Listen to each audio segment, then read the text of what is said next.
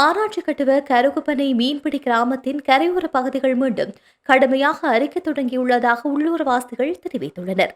கிழக்கிலிருந்து ஹாமில்டன் கால்வாயுடனும் மேற்கிலிருந்து கடலுடனும் இணைக்கப்பட்டுள்ள கருகுப்பனை மீன்பிடி கிராமத்தில் வசிப்பவர்களில் பெரும்பாலானோர் மீனவர்கள்.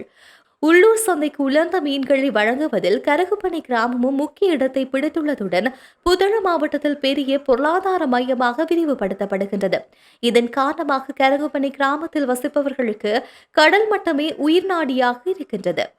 சில ஆண்டுகளுக்கு முன் கருகுப்பனை மீன்பிடிப்பு கிராமத்தில் பல இடங்கள் கடல் அரிப்பை தொடங்கிய நிலையில் தற்போது மீண்டும் கருகுப்பனை கிராமத்தில் கடற்கரை கடுமையாக அரிக்க தொடங்கியுள்ளது.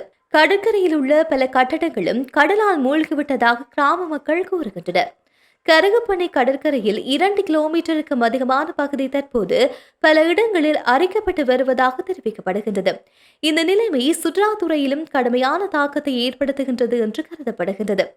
கடலோர பாதுகாப்பு துறை ஏற்கனவே நடந்து வரும் அரிப்பை கட்டுப்படுத்த பாறை சுவர்களை பயன்படுத்த தொடங்கியிருந்தது. இருப்பினும் தற்காலிக தீர்வுக்கு பதிலாக நிரந்தர தீர்வு தேவை என கிராம மக்கள் கூறுகின்றனர். இல்லையெனில் விரைவில் ஹாமில்டன் கால்வாய் மற்றும் கடல் இணையக்கூடும் என்றும் கருகுப்பனை கிராமம் வரைபடத்திலிருந்து மறைந்து போகக்கூடும் என்றும் கிராம மக்கள் கூறுகின்றனர். இவை நடந்தால் சுமார் 2000 குடும்பங்கள் தங்கள் வாழ்வாதாரத்தை இழக்க நேரிடும் என்றும் சுற்றுலாத்துறை கடுமையாக பாதிக்கப்படும் என்றும் அவர்கள் எச்சரித்துள்ளனர்.